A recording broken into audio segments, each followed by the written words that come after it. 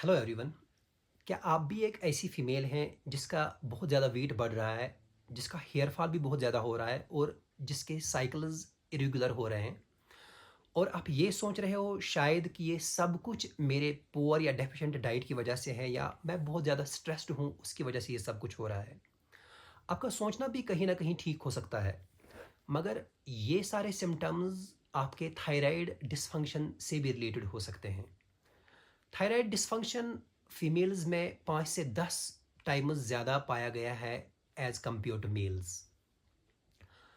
Thyroid actually होता क्या है?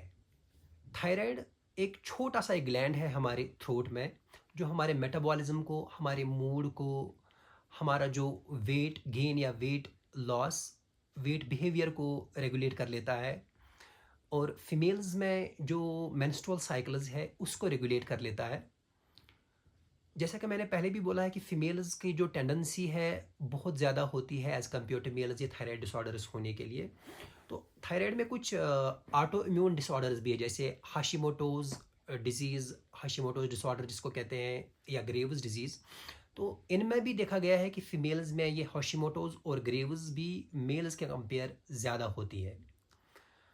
अब पहले हम ये समझ लेते हैं कि ये चीज़ें फीमेल्स में ही ज़्यादा क्यों होती है। पहला इसमें जो कॉज ये है कि ऑटो इम्यून टेंडेंसी जो है फीमेल्स में ज़्यादा होती है। ऑटो इम्यून डिजीज़ क्या होती है? ऑटो इम्यून डिजीज़ ऐसी डिजीज़ होती है जिसमें हमारा जो अपना इम्यूनिटी है, हमारा इम्यून सिस्टम है, वो हमारी बॉडी को खुद ही अटैक कर लेता है। चाहे किसी स्पेसिफिक टिश्यू को, चाहे किसी ऑर्गन को, या पूरी बॉडी में वो अटैक स्टार्ट कर देता है हमारा अपने ही इम्यून सिस्टम। ये टेंडेंसी फीमेल्स में ज़्यादा देखी गई है। मतलब ऑटो इम्यून जो टेंडेंसी है, अपनी बॉडी को अटैक करने की टेंडेंसी फीमेल्स में देखी गई है ज़्यादा एज कम्पेयर टू मेल्स। एक कारण तो ये है। दूसरा ये भी है कि हार्मोनल इन्फ्लुएंस भी देखा गया है। एस्ट्रोजन इन पर्टिकुलर जो हार्मोन होता है फीमेल्स में, उसका ठीक ठाक एक रोल है इम्यून रिस्पॉन्स में। और इस एस्ट्रोजन को भी कुछ फीमेल में कुछ ऐसे टाइम्स हैं जिनमें ये ट्रिगर होता है, ये एस्ट्रोजन। जैसे कि प्यूबर्टी में ट्रिगर होता है, जब लड़कियां जवान होती हैं तब एस्ट्रोजन का सर्ज हो जाता है। प्रेगनेंसी के टाइम पे ट्रिगर होता है, और पोस्टपार्टम टाइम जबकि बच्चे की डिलीवरी होती है उस टाइम पे भी इनका ट्रिगर हो सकता है। और इन टाइम्स पे जो लड़कियां हैं, जो यंग फीमेल्स हैं, जो लेडीज़ हैं, उनमें थायराइड डिसऑर्डर होने के चांसेस वो थोड़ा सा ज़्यादा बढ़ जाते हैं।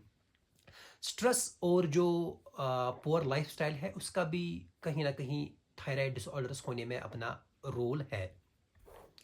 और जेनेटिक प्रेडिस्पोजिशन भी होती है। जेनेटिक प्रेडिस्पोजिशन का मतलब क्या है कि अगर किसी की फैमिली में किसी को है, किसी की मदर को है, किसी के फादर को है, किसी के मामा जी को है, तो इनको भी ससेप्टेबिलिटी ज़्यादा होती है कि इनको थायराइड डिसऑर्डर्स हो जाए। थायराइड डिसऑर्डर्स के हम टाइप्स देख लेते हैं। अगर ब्रॉडली स्पीक करें तो दो टाइप्स है थायराइड डिसऑर्डर के। एक को हम हाइपोथायराइडिज्म कहते हैं, अंडर एक्टिव थायराइड। एक को हम हाइपर थायराइडिज्म कहते हैं, जिसको हम ओवर एक्टिव थायराइड कहते हैं। अंडर एक्टिव थायराइड या हाइपोथायराइडिज्म के कुछ सिम्टम्स मैं आपको बता देता हूँ, जैसे weight gain, fatigue, hair fall, cold intolerance. Cold intolerance का मतलब ये है कि अगर सर्दी थोड़ी सी ही हो, इस पेशेंट को बहुत ज़्यादा सर्दी लगती है। और इरेगुलर पीरियड्स भी हो जाते हैं हाइपोथायराइडिज्म से। हाइपरथायराइडिज्म का जो कुछ सिम्टम्स हैं आपको बता देता हूँ। उसमें वेट लॉस होता है, एंग्जाइटी होती है, पल्पिटेशंस होते हैं, बहुत ज़्यादा स्वेटिंग होती है, इरिटेबिलिटी होती है। तो ये सारे सिम्टम्स हम लोग ज़्यादा इग्नोर ही कर लेते हैं। कुछ वार्निंग साइंस ऐसे हैं जिनको हमें कभी इग्नोर नहीं करनी चाहिए। तो उन वार्निंग साइंस को हम देख लेते हैं। अनएक्सप्लेन्ड वेट चेंजेस अगर हमें हो, चाहे वो वेट गेन अनएक्सप्लेन्ड हो या वेट लॉस लॉस जो है अनएक्सप्लेन्ड हो, उसको कभी इग्नोर नहीं करना चाहिए। जैसे ना ही कोई बंदा, एक बंदा ऐसा है ना तो वो डाइटिंग कर रहा है, ना तो वो डाइटिंग पे है, ना तो उसको कोई क्रॉनिक बीमारी है, और तब भी उसका अनएक्सप्लेन्ड वेट लॉस हो रहा है, उसको ये कभी इग्नोर नहीं करना चाहिए। और हेयर थिनिंग हो, हेयर फॉल हो रहा हो बहुत ज़्यादा, इसको इग्नोर नहीं करना चाहिए। मूड स्विंग्स हो, एंग्जाइटी हो, जो मेंस्ट्रुअल साइकिल्स हो उनका जो है डिसरेगुलेट हो रहे हो, तो इन चीज़ों को हमने कभी भी इग्नोर नहीं करनी चाहिए। अच्छा, इग्नोर अगर हम ना करें तो हमने क्या करना है फिर? देखिए, अगर हम इन सिम्पटम्स को इग्नोर ना करें, हमें अपना टेस्ट कराना चाहिए थायराइड का। तो थायराइड का टेस्ट ये देख लेते हैं किसको करना चाहिए, और थायराइड टेस्ट का टेस्ट जो है वो कैसे होता है। थायराइड का टेस्ट एक सिंपल ब्लड टेस्ट होता है, ब्लड ड्रॉ होता है, उसके बाद इसको हम थायराइड प्रोफाइल या टीएफटी के नाम से भी जानते हैं। इसमें हम तीन चीज़ों की जांच कर लेते हैं, एक T3 की, T4 की और TSH की।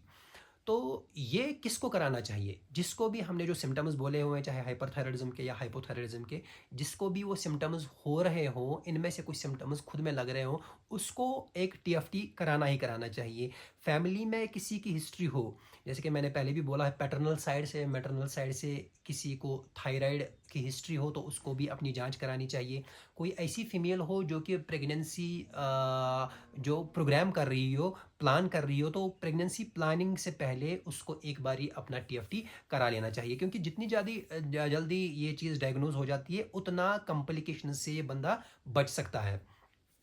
ट्रीटमेंट क्या है इस चीज़ का? अगर किसी को अब हाइपोथायराइडिज्म या हाइपरथायराइडिज्म हो रहा हो तो उसका ट्रीटमेंट क्या है, और क्या ट्रीटमेंट में कोई मिथ्स है, वो भी हम उनको भी एड्रेस करने की कोशिश करेंगे।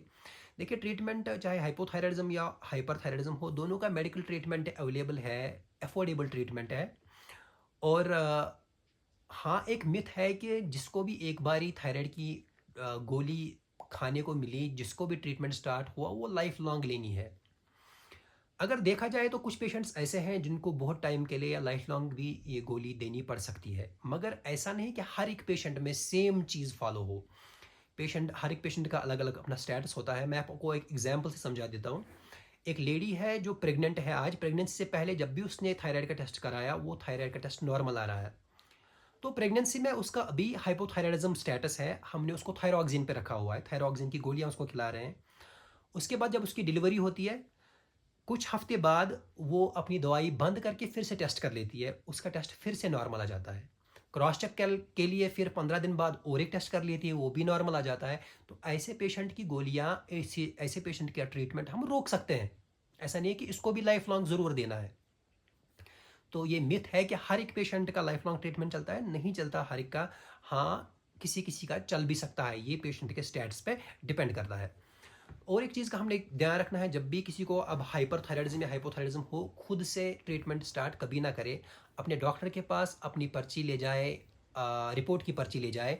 वो आपका रिपोर्ट देख के, आपका स्टेटस देख के फिर डिसाइड कर लेगा कि आपको कौन सी गोली लेनी है, कितने एमजी की गोली लेनी है, आपकी 25 की चलेगी, 50 की चलेगी, 100 की चलेगी, कब आपने फिर से टेस्ट करना है, या आप किस कैटेगरी में आते हो, आपको लाइफ लॉन्ग ट्रीटमेंट लेना है या आप ट्रीटमेंट बाद में बंद कर सकते हो कि नहीं। ये सारे डिसीजंस आपके डॉक्टर लेंगे। तो अगर मैं कंक्लूड करना चाहूँ इस चीज़ को, मैं ये कहूँगा कि थायराइड एक ऐसा एक ग्लैंड है जो हमारी पूरी बॉडी को रेगुलेट करता है। फीमेल्स में थायराइड डिसऑर्डर होने के चांसेस बहुत ज़्यादा होते हैं एज़ कम्पेयर टू मेन। और अपने सिम्टम्स को कभी इग्नोर ना करें। आप जब भी सिम्टम्स लगे, आप अपना टेस्ट करा लें, क्योंकि जितना जल्दी डिटेक्ट हो जाता है ये थायराइड डिसऑर्डर, उतना बेटर कंट्रोल आता है इस पे, उतनी कॉम्प्लिकेशन से हम बच सकते हैं। तो यही था इस वीडियो में। मुझे उम्मीद है कि आपको पता चल गया होगा कि थायराइड डिसऑर्डर्स होते क्या हैं, इसके टाइप्स क्या है, फीमेल्स में ज़्यादा टेंडेंसी क्यों है ये होने की। तो इस वीडियो को आप अपनी फैमिली में, अपने दोस्तों में शेयर करें, ताकि उनको भी पता चले कि अगर उनमें कोई ऐसा कोई सिम्टम हो जो हमने अभी डिस्कस करे, तो वो भी अपना टेस्ट करा लें। और अगर उनको लगता है कि उनमें भी हाइपोथायराइडिज्म या हाइपरथायराइडिज्म है, वो जल्द जल्द अपने डॉक्टर के पास जाए और उसका ट्रीटमेंट ले। Thank you very much.